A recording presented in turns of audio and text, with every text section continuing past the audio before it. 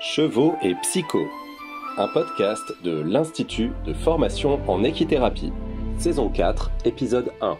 Les activités équestres dans le parcours de réhabilitation du blessé de guerre.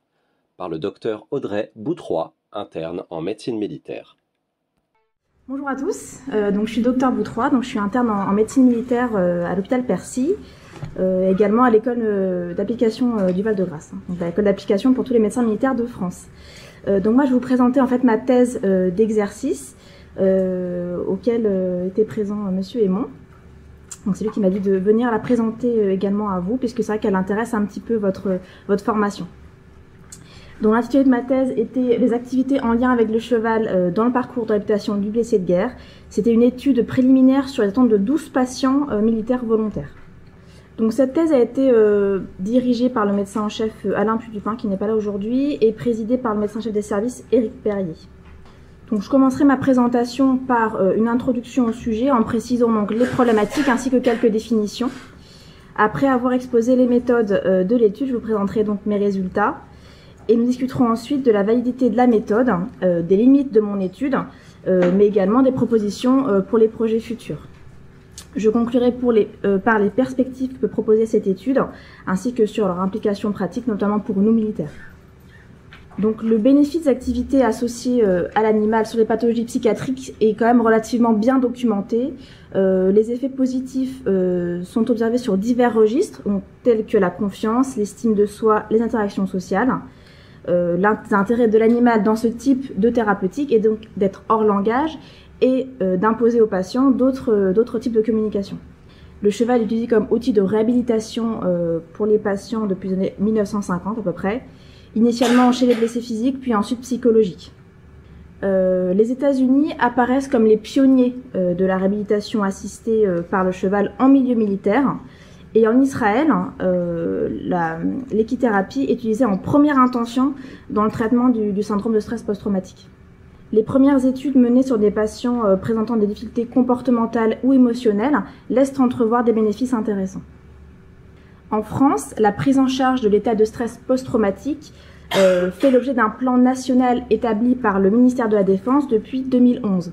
Actuellement, le service de santé des armées a engagé son 3e plan d'action sur 2015-2018. La prévalence du syndrome de stress post-traumatique en retour d'opération extérieure est difficilement évaluée en raison de l'apparition parfois retardée des symptômes. Il s'agit encore à l'heure actuelle d'une pathologie taboue, sensible en milieu militaire, et la réinsertion des patients reste un sujet de préoccupation au sein de l'institution. Les patients blessés en opération peuvent éprouver des difficultés à adhérer uniquement à des thérapeutiques dites conventionnelles. Aussi, les activités en lien avec le cheval peuvent trouver une place dans le parcours de réhabilitation de ces blessés de guerre. Bien sûr, en complément de la prise en charge somatique, psychiatrique et psychosociale conventionnelle. Ces mises en situation sont bien décrites en milieu civil, au bénéfice d'enfants autistes ou de patients handicapés, mais ne peuvent pas être transposées directement au public des patients militaires.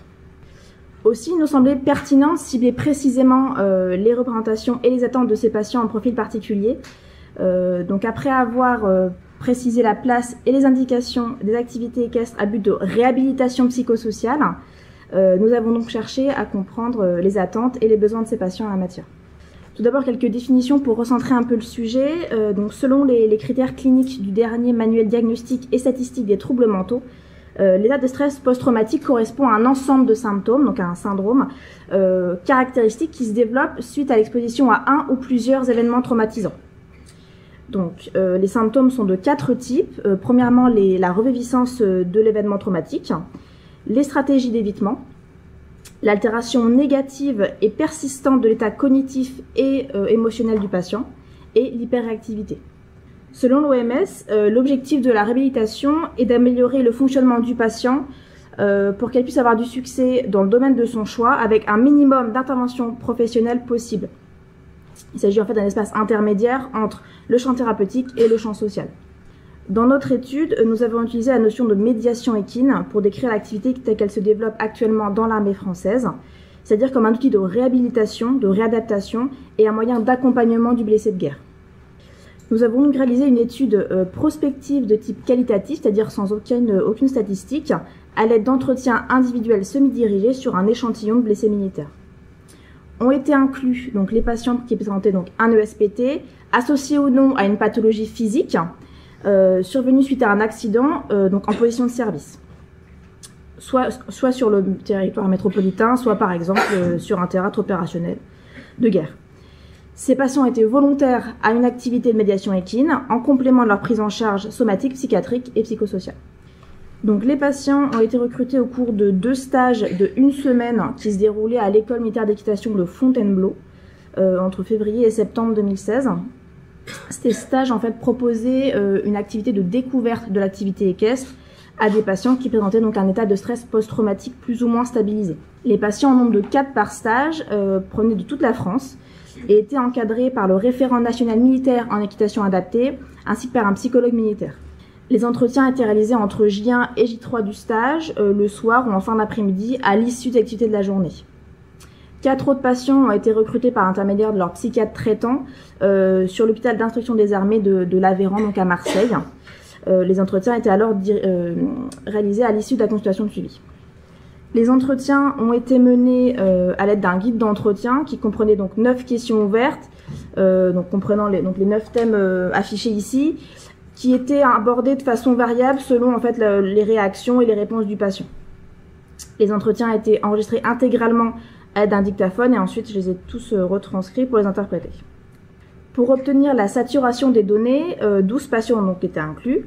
Il s'agissait de 9 hommes et 3 femmes, donc tous militaires, en activité ou en position de congé longue durée pour maladie. Donc c'est une sorte d'arrêt de travail très prolongé propre au milieu militaire.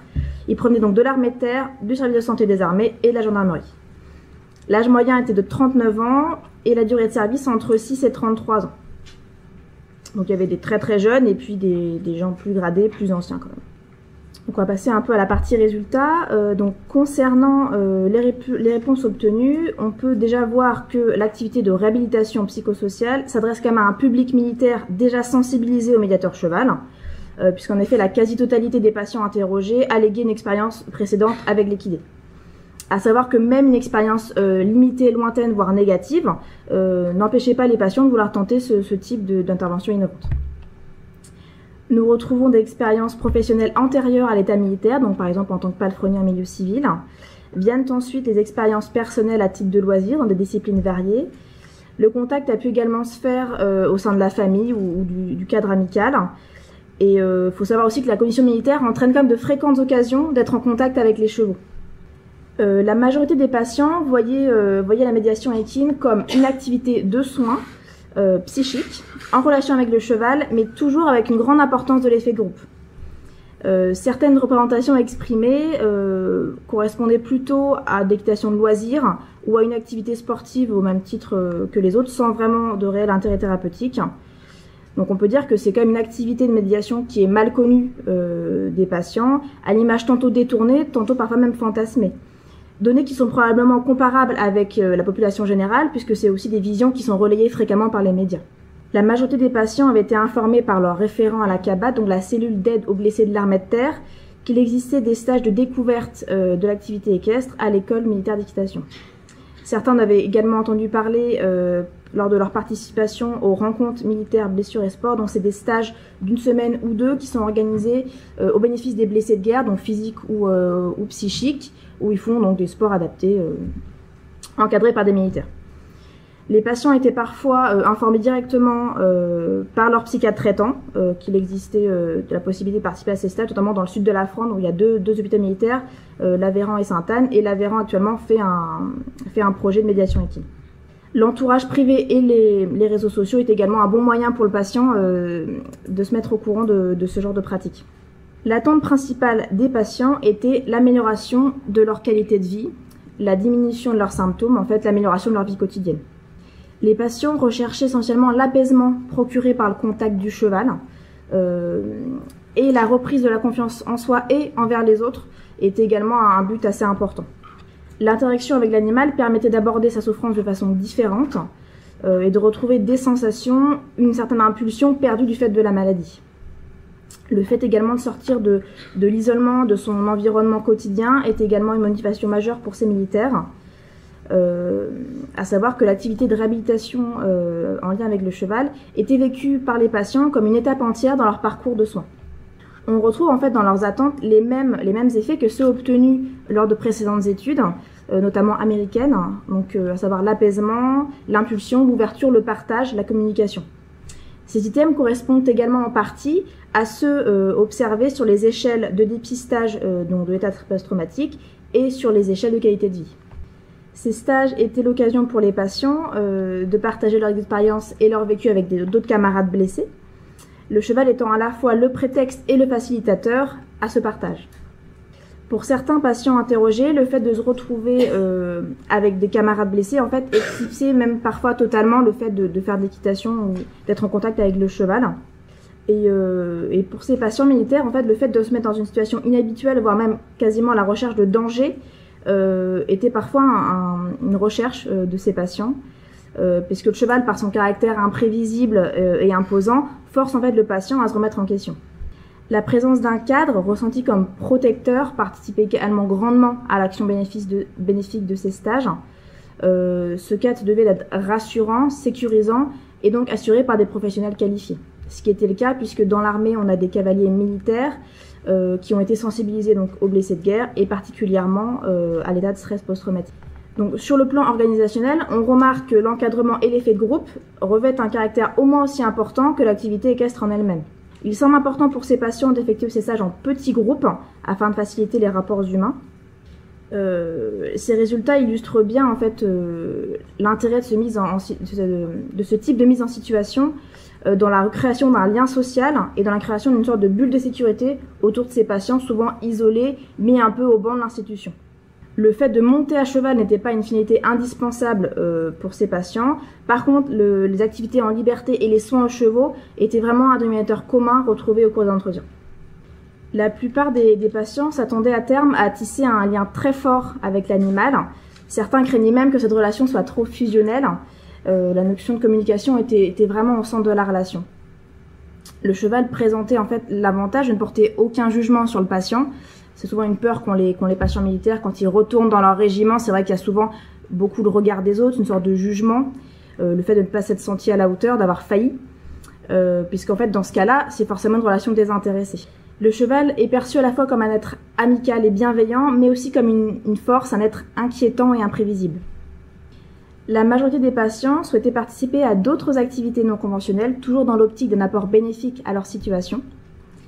La plupart souhaitaient participer à d'autres stages sportifs de type rencontres militaires, blessures et sport. Certains présentaient le besoin d'activités communes, surtout avec les blessés physiques. Ces activités non conventionnelles pouvaient être du domaine sportif, mais les activités avec les animaux étaient également assez bien plébiscitées. Pour un certain nombre de patients, les activités non conventionnelles prenaient une place très importante dans leur parcours de réhabilitation. Les patients interrogés étaient globalement ouverts aux activités de réhabilitation non conventionnelles, mais la plupart restaient en fait dans l'attente de ce qu'on pouvait leur proposer, peu avaient la démarche personnelle d'explorer un peu le domaine des thérapeutiques non conventionnelles. On va passer à la partie un peu discussion de l'étude. Donc je commencerai par la méthodologie, à savoir que la méthodologie qualitative, donc à base d'entretien, est la plus adaptée en fait à l'exploration des représentations des patients, puisqu'elle permettait d'appréhender les expériences, le vécu, le ressenti. Les entretiens ont permis de faire émerger des concepts très riches, très variés, parfois inattendus, qu'il aurait été impossible d'appréhender avec une étude quantitative à base de statistiques. Il était nécessaire de construire un échantillon varié de militaires afin d'obtenir une richesse potentielle d'opinion. Et concernant la méthodologie, finalement l'objectif a été atteint, puisque la somme des entretiens a permis d'arriver à la saturation des données. L'inclusion des patients a été soumise à la disponibilité des psychiatres traitants, mais aussi au calendrier organisationnel de l'école militaire d'équitation. Les sujets étaient tous des volontaires présélectionnés finalement, ce qui a pu induire un biais de sélection, puisque ces patients avaient des représentations a priori plus favorables de la médiation équine qu'un patient normal. Le fait que ces entretiens soient réalisés par un médecin militaire peut être considéré comme un biais majeur d'intervention, puisque statut met le chercheur dans une position ambivalente à la fois donc de supérieur hiérarchique délivrant l'aptitude, mais aussi de soignant. Donc pour limiter ce biais au maximum, je me suis placée en position d'encadrant le plus neutre possible lors de ces stages, c'est-à-dire que je participais à toutes les activités, aux repas et aux activités du soir. Le but était quand même d'éviter de créer une confusion entre donc cette étude et puis une nouvelle consultation médicale avec un autre intervenant du parcours de soins. Dans notre étude, pour des raisons organisationnelles, aucune triangulation des données n'a pu être effectuée. Le croisement des données, c'est-à-dire par une autre personne qui a interprété les données, aurait pu permettre de diminuer le biais d'interprétation et donc d'augmenter la validité interne des résultats. Cette double analyse aurait pu permettre de diminuer l'éventuelle part de subjectivité puisque j'étais moi-même impliquée personnellement dans l'étude vu que c'était mon sujet de thèse. Le petit nombre d'individus interrogés ne permet pas d'extrapoler nos résultats à l'ensemble de la population des patients militaires blessés psychiques, volontaires ou éligibles à une activité non conventionnelle. Mais encore une fois, le but était de recueillir le maximum d'opinions différentes et pas d'être statistiquement significatif. Il s'agissait plutôt de faire naître la réflexion. En ce sens, une étude quantitative pourrait venir compléter notre travail de thèse. Les expériences passées lors de ce stage de découverte de l'activité équestre montrent que la présence d'un psychologue tout au long de la semaine est indispensable au bien-être des patients. La prise en charge médico-psychosociale du retour est également importante et en accord avec les demandes des patients.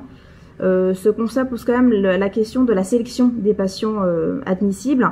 Il paraît indispensable de s'assurer de la bonne stabilisation clinique en milieu conventionnel auparavant, voire de proposer ce stage encadré par des hospitalisations de courte durée, ou alors d'augmenter la fréquence du suivi ambulatoire. Le praticien donc, qui adresse le patient à ce genre de médiation équine doit s'assurer de la compatibilité entre la clinique présentée par le patient et l'environnement dans lequel il devrait évoluer. C'est-à-dire que par exemple un patient avec un état délirant instable ou potentiellement à risque de décompensation psychiatrique, clairement ce patient-là n'est pas encore éligible à ce genre de médiation équine. Les sessions de médiation équine doivent être conduites par des personnes formées à ce type de mise en situation complexe. Elles nécessitent des encadrants expérimentés, ayant une formation approfondie dans le domaine du blessé de guerre, ainsi que l'expérience d'un travail en partenariat multidisciplinaire. Le cadre militaire n'est pas remis en question suite aux réponses des patients.